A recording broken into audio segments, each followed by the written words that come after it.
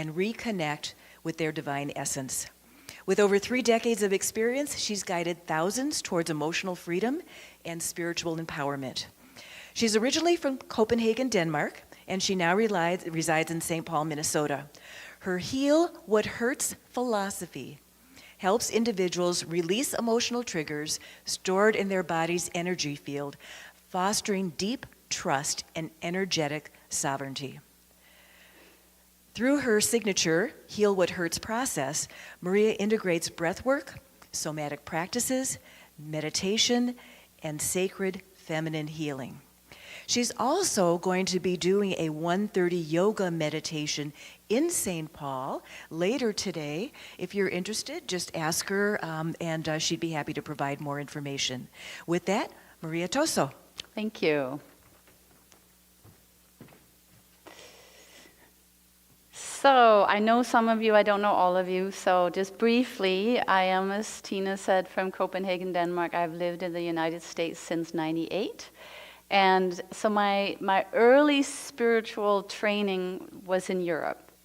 And the first time that I became aware, not yet as in an integrated way, but in here's a way to look at it, that we mirror each other, that we see ourselves in the other and in our experiences and in the world around us, was at a Buddhist meditation center in Copenhagen in 1991. And my dad had just died a few years earlier, so there was a desire to understand, why do I still dream about him? Why does it feel like he comes to me in dreams? And in my fairly atheist family, there was no explanations for that. So when I came upon Buddhism through a friend in Germany, and meditated for the first time, there was a feeling like I had discovered something. I didn't yet know what it was, but it brought me back to a place, almost a childlike place of knowing and peace. And I think all of us have, if you go to a playground and see little kids run around, there's sort of an immediate spontaneity. They have yet to have so many filters that they judge each other through. There's just a, hey, want to play with me? And then slowly, as the intellect strengthens and the heart starts to shut down, then we look at each other with a little bit more skepticism, a little bit more judgment. Who are you? You make me feel this way. There must be something wrong with you. So the very first meditation practice that I was introduced to as part of the sort of program in the Kagyu lineage of Tibetan Buddhism, which is called the Nundro. Are any of you familiar with this system? So they have 4 practices that they have you go through. And the very first one has to do with clearing your mind. And back then when I heard about clearing your mind, I thought, well, that's something to do with my head, my brain, right? My mind is located in my brain. But that's not how this philosophy looks at it. They look at the mind as the sum total of all the experiences, thoughts and the desires and memories. Whatever hasn't been processed all lives in the heart-mind field. And you know where it lives? It's in the whole body. So the whole body is an expression of our mind. That's a little bit of a different way of looking at it. And yet we kind of know, right? Because if you think about a scary something, it shows up somewhere in the body, right? If someone pokes you on an emotional trigger, it's less of a thought and more of a felt experience. It can be very felt experience. There's a contraction, the heart beats a certain way, the nervous system is activated. So the first experience that I went through in that regard was meditating on a Buddha that would send white nectar, cleansing nectar down through the whole body. Now you had to visualize that. You had to imagine that. You had to imagine, what is it like if there was a light? It was depicted as light, luminous, cleansing light. And then you have to actually feel every little part of your body. So another modern way of saying that, a word I didn't know back then in terms of meditation, is body scan. You go through your whole body. Now the warning back then was, well, as you do this practice, and they have very rich pictures for what happens when you go through that. So they would say little snails and worms and insects will start coming out of your butt and the soles of your feet and the palm of your hands. What I now see that as is all our own dark stuff, all the things that prevent us from seeing clearly. The image that was given back then was that we are pure light. The light resides within me, resides within each of us. And the kicker that is nearly impossible to fully wrap our minds around, but maybe our hearts can, is that that same light is peering out of everyone's eyes, and it's the same light, like we are the same. Like that's nearly impossible to understand right now, right? We feel very separate.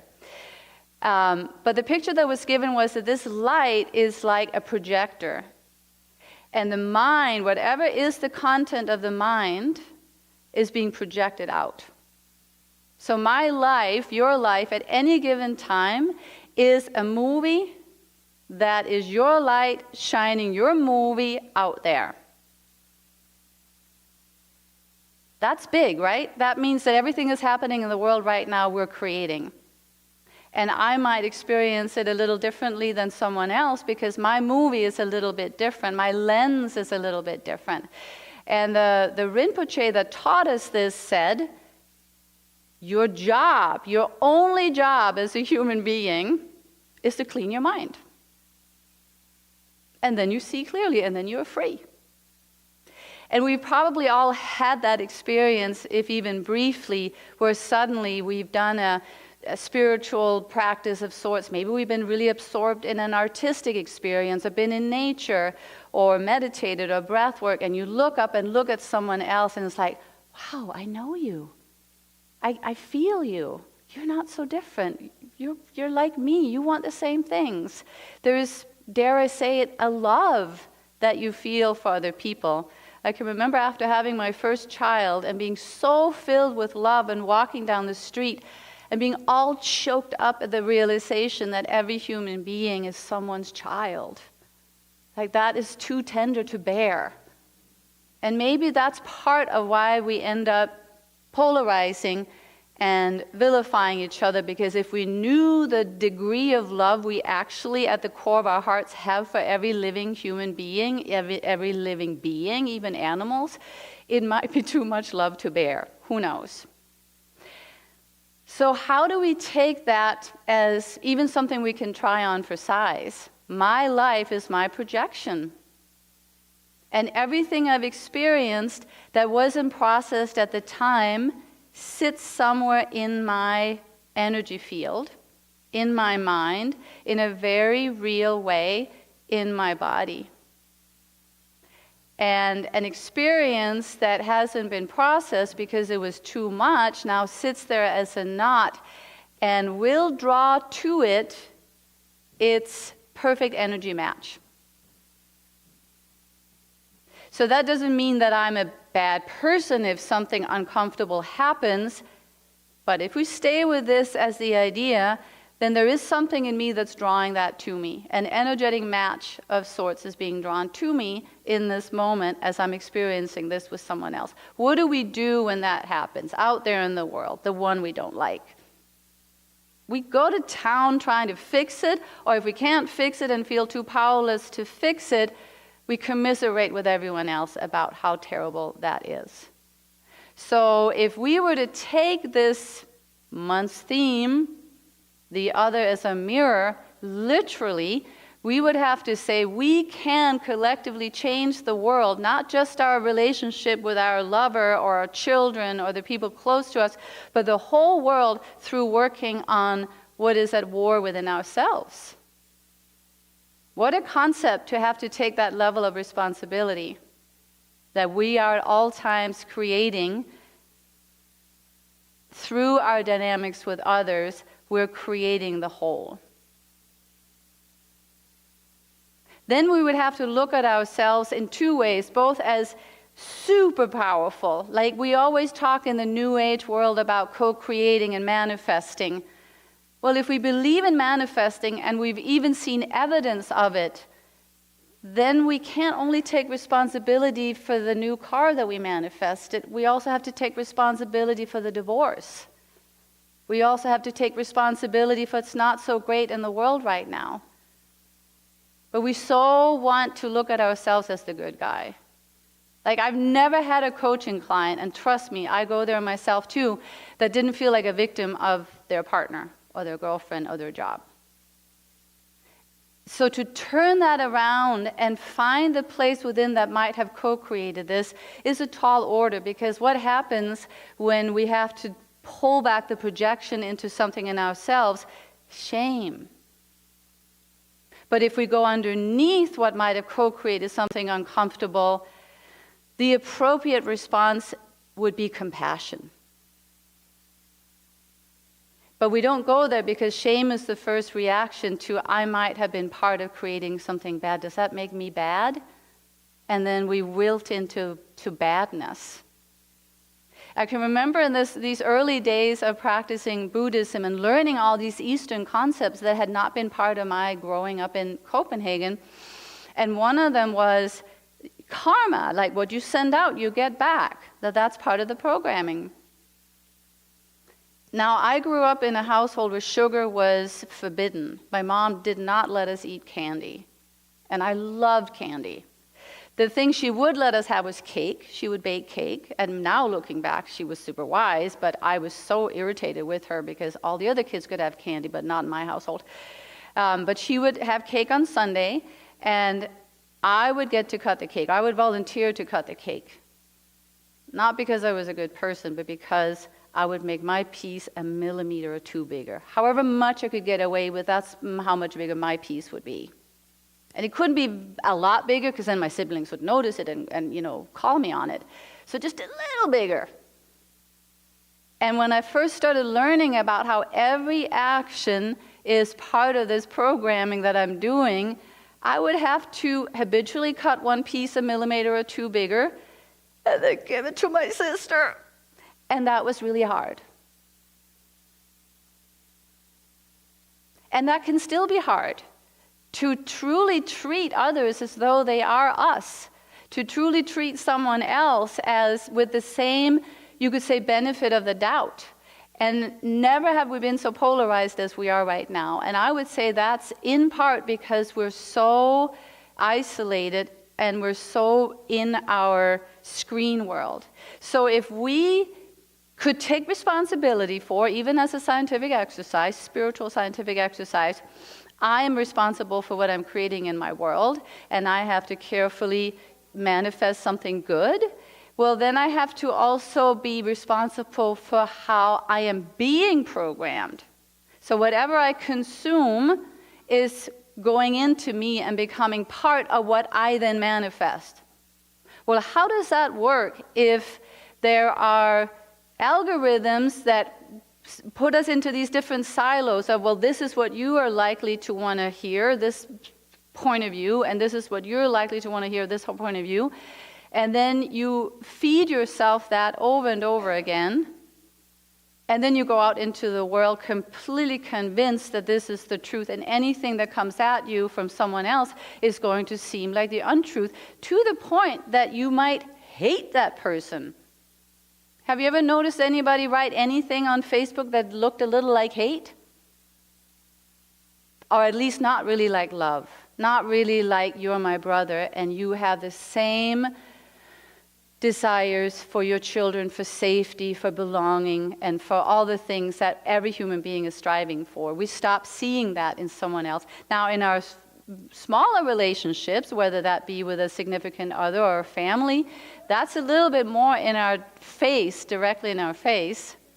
So then, what are the beliefs that we have inside of ourselves that show up in relationship?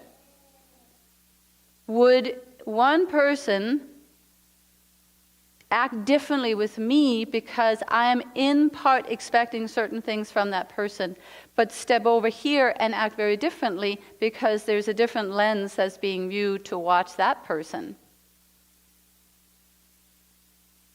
We're so eager to shape what our lives should look like.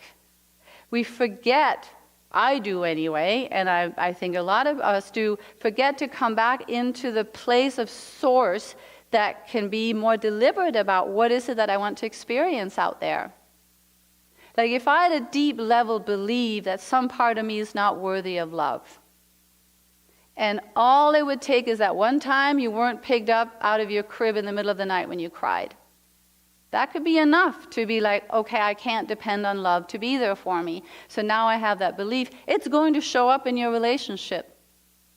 And when it does, you're going to feel like you're 2 years old and no one loves you and the world is not a safe place to be.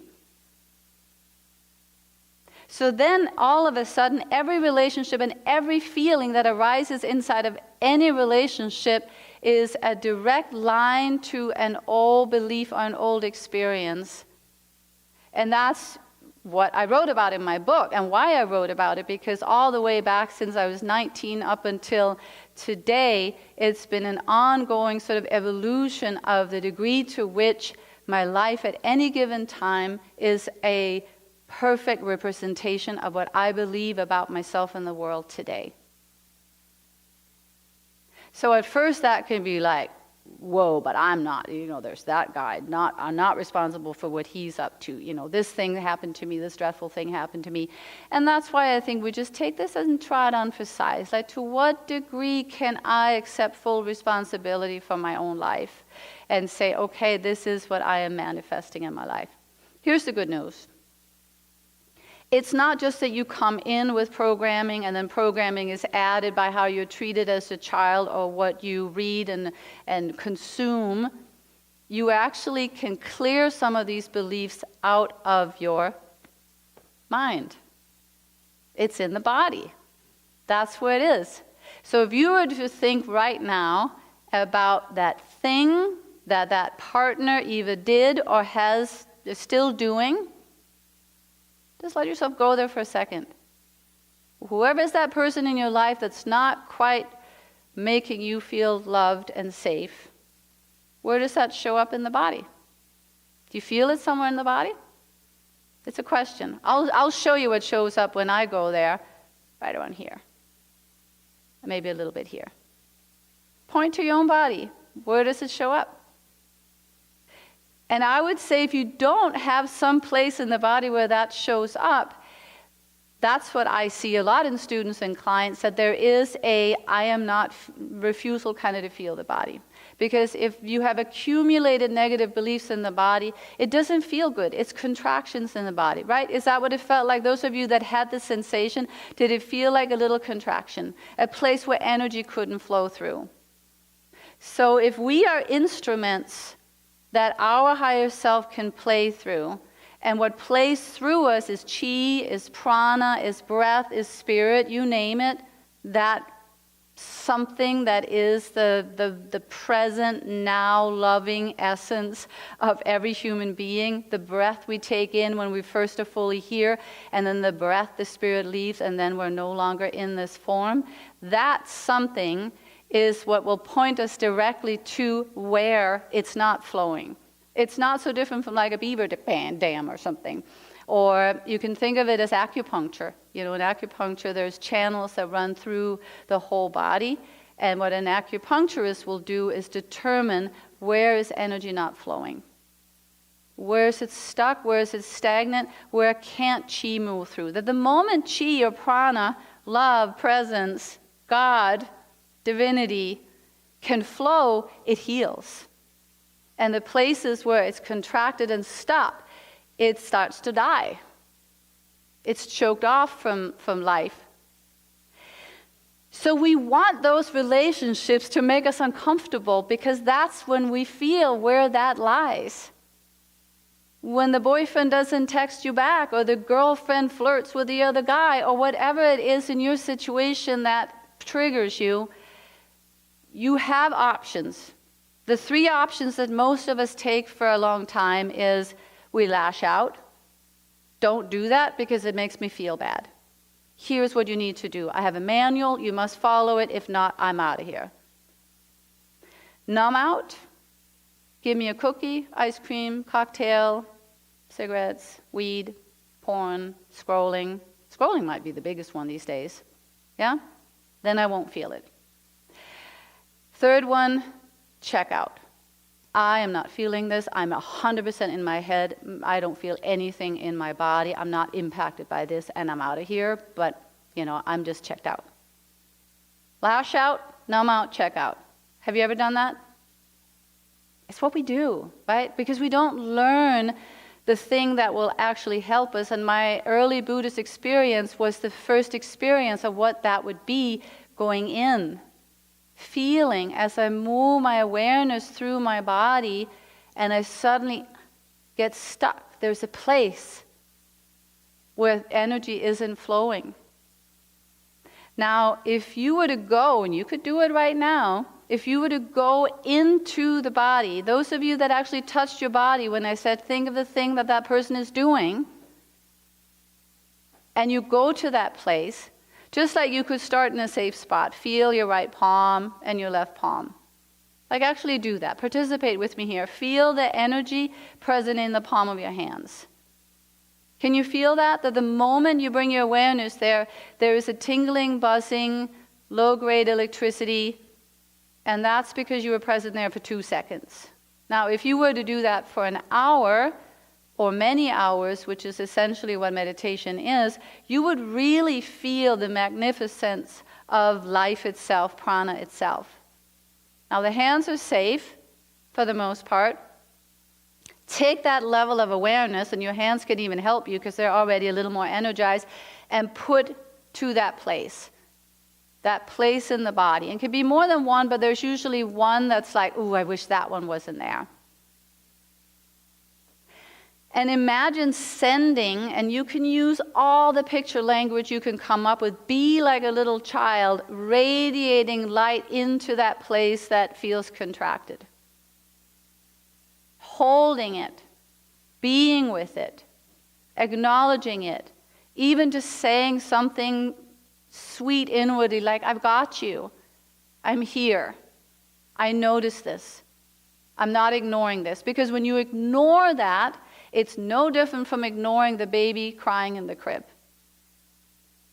But when you can be with it and say, I'm here, something starts to shift. And I've seen it with enough people that I can promise you that it will start to shift. So think of the frozen emotions in the energy field of the body as energy in motion that contracted, so now it couldn't move.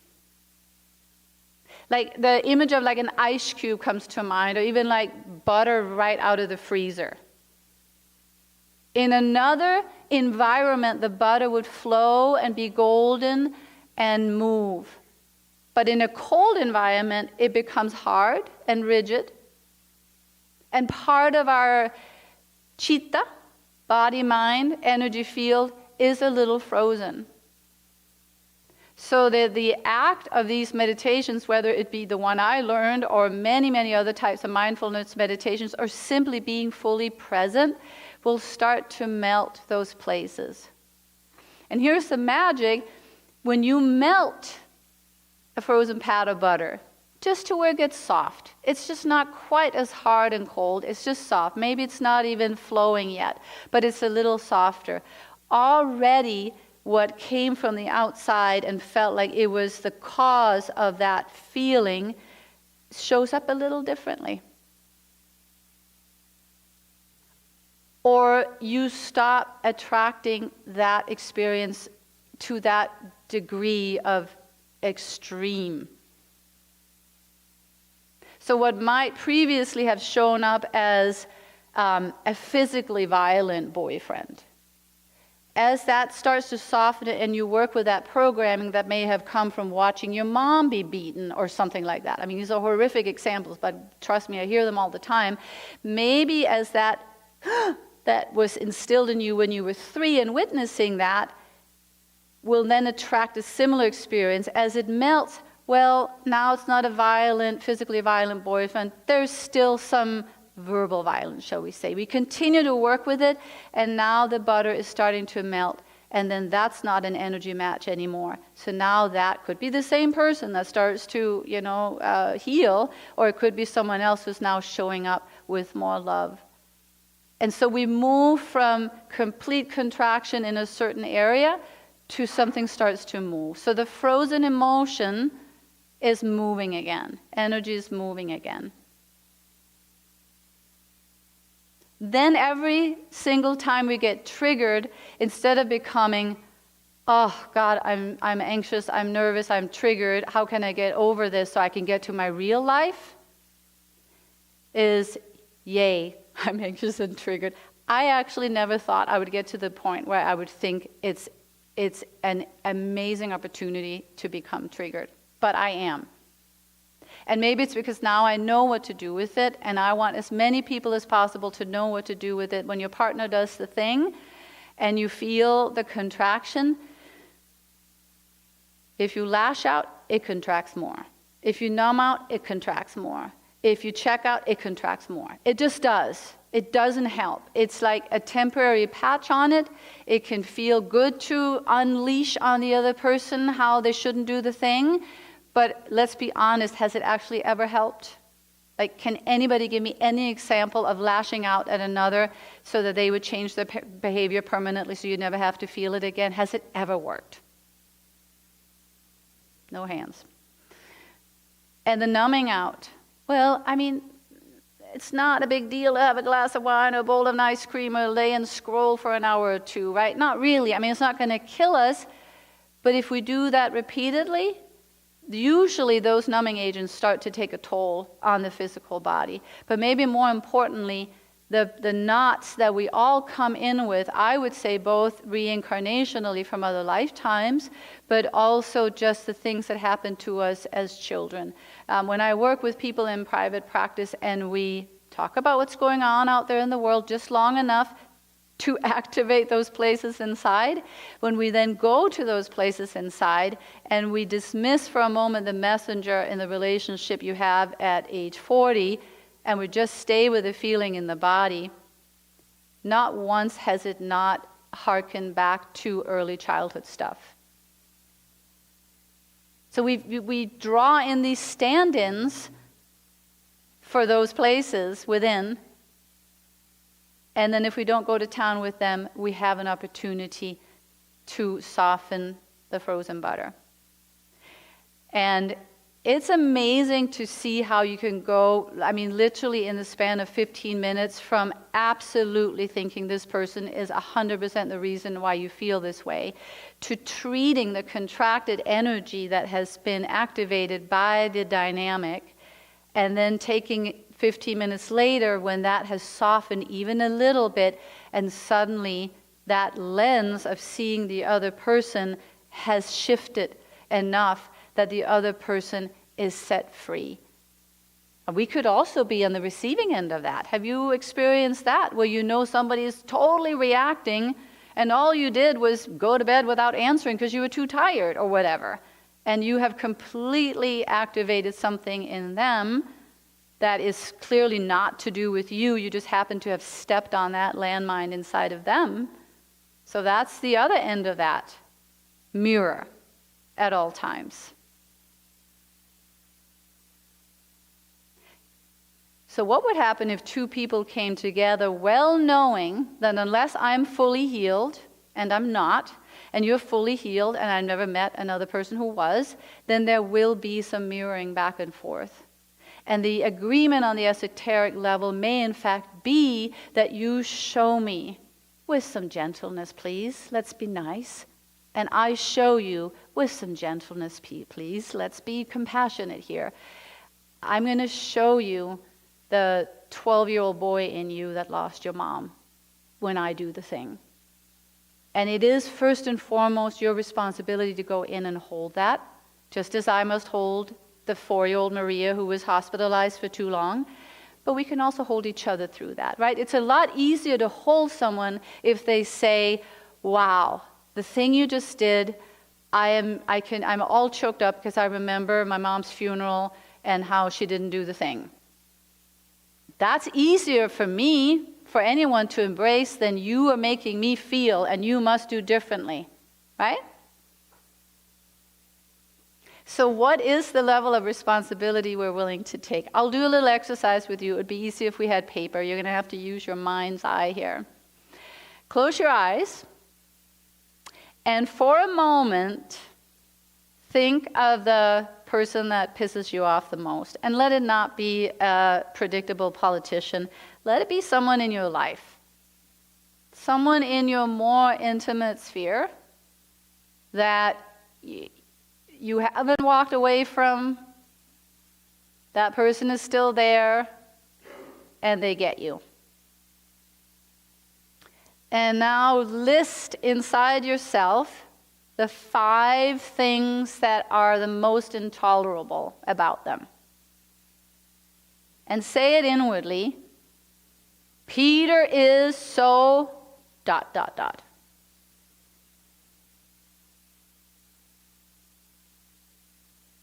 Actually, make it 10. Keep going.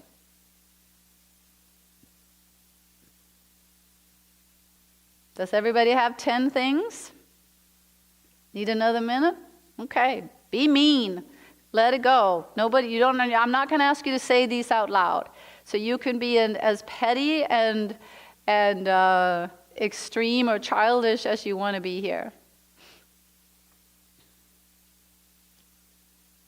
And since we're talking about relationships as mirrors, some of you have probably already guessed what I'm going to do next.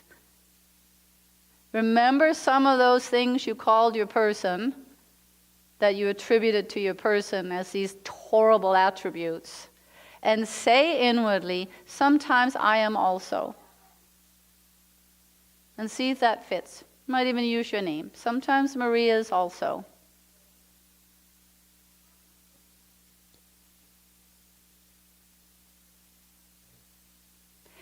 Now raise your hand if you are absolutely none of those things the other person is. There's just not one thing on that list that you ever do. Really? 0 hands? That's interesting, right? And that might be something that we all ought to do as part of our spiritual practice. We have some things that, if you have been dabbling in the spiritual world for a while, then you might express gratitude and do meditation, go to yoga. But what about the shadow side? What about the side of us that needs to be addressed as well, because it's not so great? It's so much easier to see in the other. What if the other is also there to show us our own shadow stuff? The things that we don't like. So there's that. So those are the 2 tools that I would say, if you were to take those with you and say, for 1 week, I'm going to practice letting the other person be. Like even in my mind, but certainly by text or calling or in person, I am going to let this other person be with the thing I think they ought to change. And maybe also saying whatever I normally do when this person does the thing, I'm talking about the numbing agent. Maybe we need to pull that one out of the closet too. So say the person does the thing, activates that feeling in the body of contraction somewhere predictable. What numbing agent would you reach for? Is it your phone? Is it sugar? Is it alcohol? Is it weed? Is it porn? What is it? And again, I'm not going to ask you to say it out loud, but raise your hand if you have no numbing agents that you go to. No hands. So that's also interesting, right? So for this next week, just as an invitation, now you know what your primary numbing agent is. When you reach for it next time, which you will, could you put that down for 1 minute? Or 3? Set an amount of time, and then say for 3 minutes, I'm not doing my numbing agent, I'm checking in with my body instead. Because the numbing agent is designed to not feel what's going on in the body. So if we instead were to sit with what's going on inside the body, be with it. I'll tell you, I do this with my clients and students, and most of what I hear is, instead of drinking half the bottle, I was kind of done after half a glass. Instead of going into scrolling land, I didn't actually even feel like looking at my phone. It hurt my eyes. Because any of the numbing agents that we pick up not to feel what the body's actually trying to tell us is a substitute for what? Loving presence. Like if we could have loving presence from someone when we're triggered or anxious, we would choose that. Right? Would anybody choose a numbing agent over loving arms saying, I love you, I'm here, and I've got you? Probably not. But we still believe that those loving arms must come from the outside. And they are lovely when they come from the outside. But if they're not also on the inside, they're probably not going to come from the outside. So let's do that for a moment. Here I am. I'm remembering the thing. Now I'm going to do that for myself. The very thing I wish somebody else would do for me. I'm here. Say it inside. I've got you. I love you. I'm right here. I know you're scared. I'm not going anywhere. I'm willing to feel you and be with you. As long as you need. This is not a time-limited love offer. This is unconditional love. Love that doesn't go away. Love that doesn't depend on you being a certain way. It's just right here with you. That becomes the exercise. Let the other show you where you don't love yourself, and then bring your own love to yourself, and watch the other person show up differently. What if the lack of love from the other, whoever that might be, is directly corresponding to your own ability or likely lack of same to love yourself? Now that could even be brought into a shame place, right? You don't know how to love yourself. Well, you know how to love yourself to the degree that you learned. That's what we learn as kids. We learn how dependable love is or not. And then we go and reproduce that. So if we want to undo the early programming, only we can do that. Only we can do that.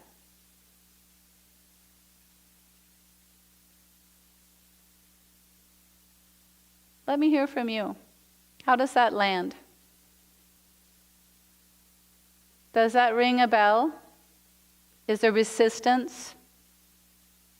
I am a victim. I can convince you of that. Hear me out.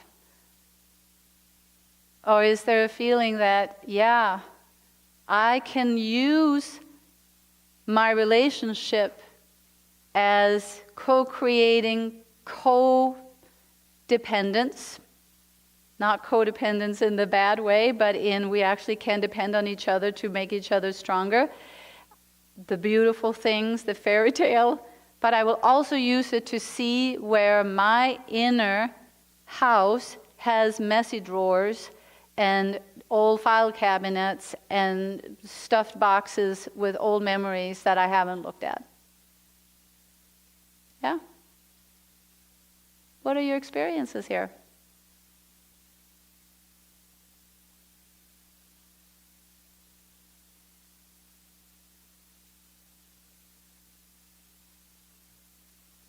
It's a tall order to be willing to love yourself as much as you wish someone else would. Because here's what I experience, both in myself and in clients. There is a fundamental lack of worth. Because if someone else didn't love you when you were little, then you tend to reproduce that experience as an adult. So see, now it's even being proved, the lack of worthiness of love, it's showing up over and over. I want to turn that around by really making someone love me. What if the turning around is I want to really love myself fully? What does that mean, love myself? Doesn't that mean I should have a beer when I want it or eat cake when I want it? I don't know. How would you love a child who was sad? If a child ran up to you and said, I'm really sad, I'm scared, I'm alone, what would be the initial gesture that would just come directly from your heart? Let me pour you a whiskey. Take a drag of the joint, you'll feel better. What would it be? Tell me, what would you do? Here's a kid that's scared, doesn't feel loved, doesn't feel like she or he belongs. A hug, thank you. What would that hug say? Where does that hug come from? Do we hug somebody against our leg? Against our back? Where do we hug? Why the heart?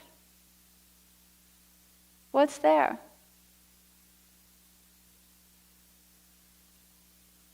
And what does the heart and the arms say, even if the child is pre-verbal?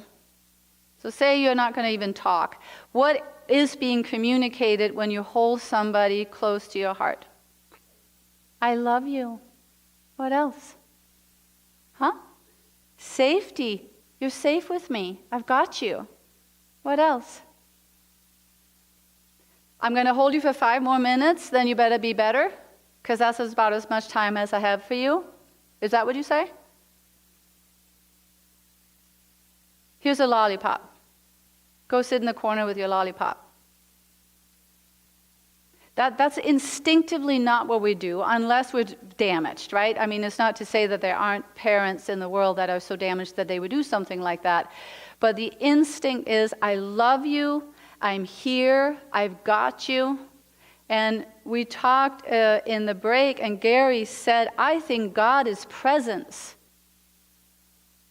What if what is in the heart is our God spark, our light, our connection to the divine? And it is that we seek in each other and also must cultivate inside of ourselves, for ourselves at all times. That becomes a spiritual practice. Then suddenly the body is the church.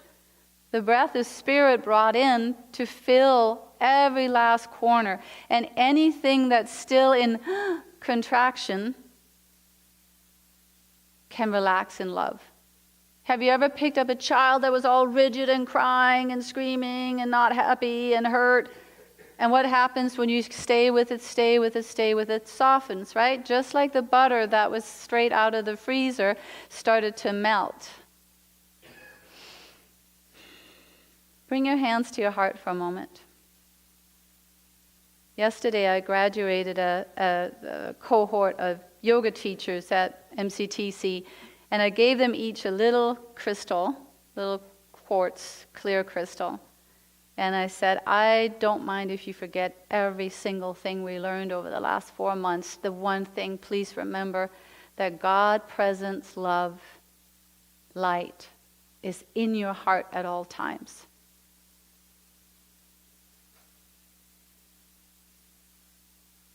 And we can come from this place and we can go to this place.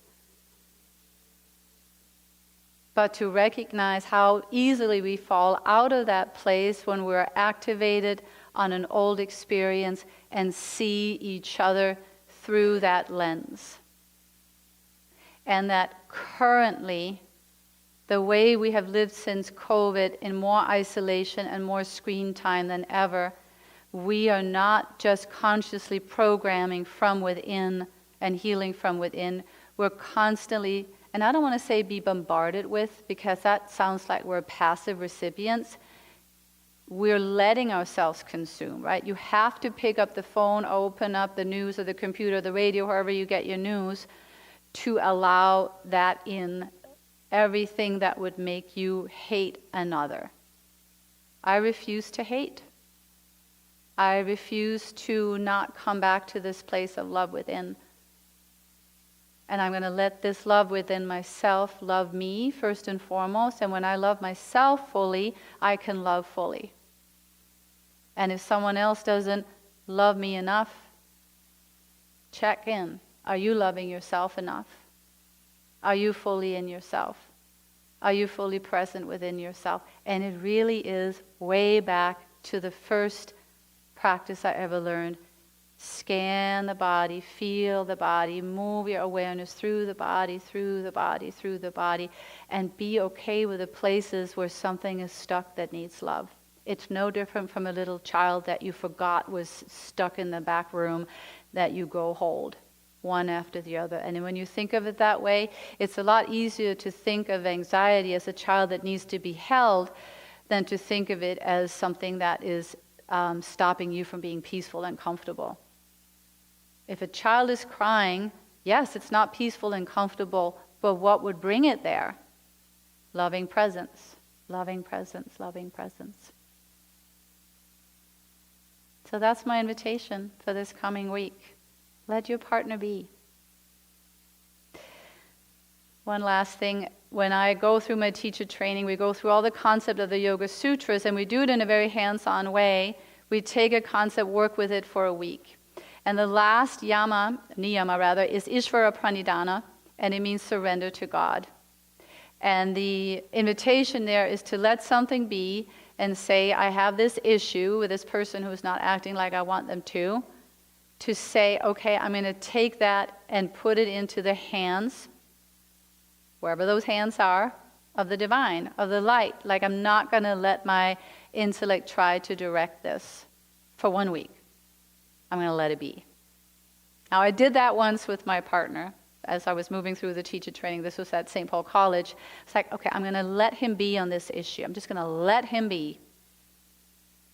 And lo and behold, about 4 or 5 days into that, he came into the kitchen and said, I don't know, it's just kind of like you're letting me be.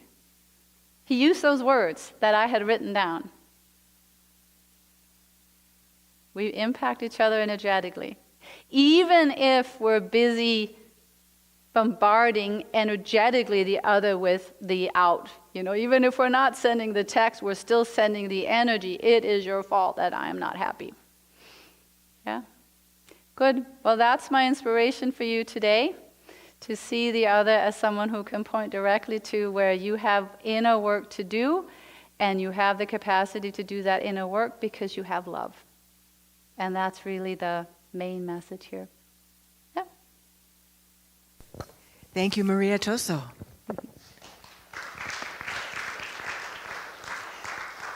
So Maria's going to be back in just a couple of seconds here for our closing circle, but right now I'm going to ask you to dig deep. It is time for our offering. So while you are digging, let me remind you that you can also give on the website, lakeheritspiritualcommunity.org, and be a regular contributor. That really helps sustain us when there's a regular income. And the ushers then will come around, and Gary will play some music, and then we'll bless the offering.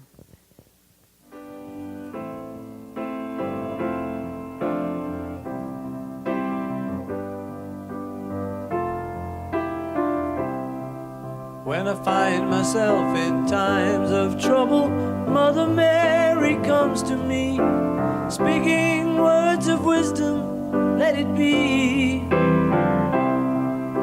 And in my hour of darkness, she is standing right in front of me, speaking words of wisdom, let it be. Let it be, let it be, let it be, let it be. Whisper words of wisdom, let it be. And when the broken-hearted people living in the world agree, there will be an answer, let it be. For though they may be parted, there is still a chance that they will see. There will be an answer, let it be. Let it be, let it be, let it be, let it be. Yeah, there will be an answer, let it be. Let it be, let it be, let it be, let it be. Whisper words of wisdom. Okay, we have a ritual of blessing the money and the green, and also celebrating the beautiful green that's out there.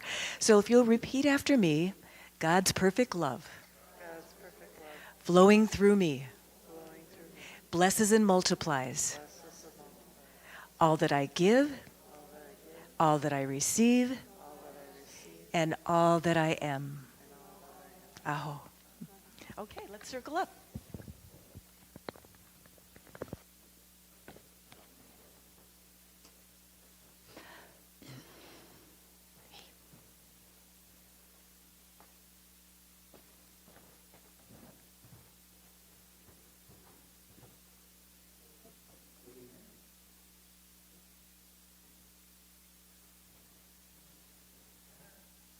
Is that Pam? Hi. Oh. Well, the Mother's Day theme, let's be with that for a second. The mother, the mater, the matrix, the material, our earth, the blessing of the earth and the gratitude for the way earth sustains us. And, okay, true to form, I'll teach you a little song, okay? So we'll do call and response, and then we can sing it together. Do we have any sopranos in here? No? Not officially, but sort of? You can get up there? Okay, then I'm going to teach you a special thing that I can barely do. Okay, we'll start a little lower. So, call and response for this. I am one with the heart of the Father. I am one with the heart of the Father. I am one with God.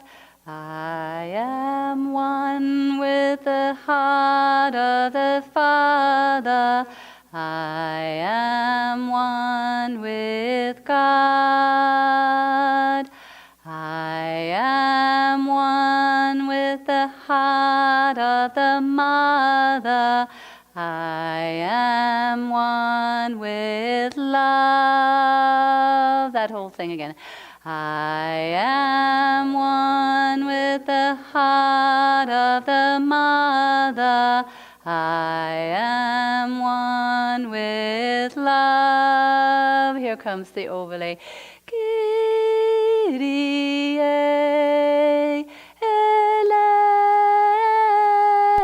eleison. Let's do it together. Anybody else who can get up there? As you can hear, I can't. Kyrie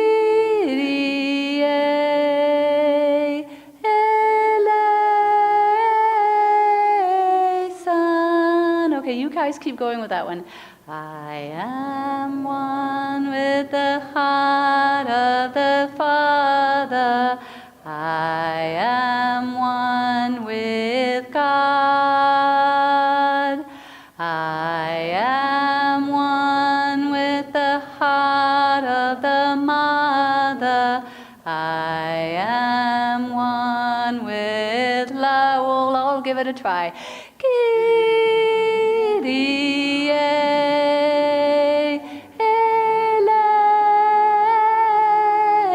eleison. Kyrie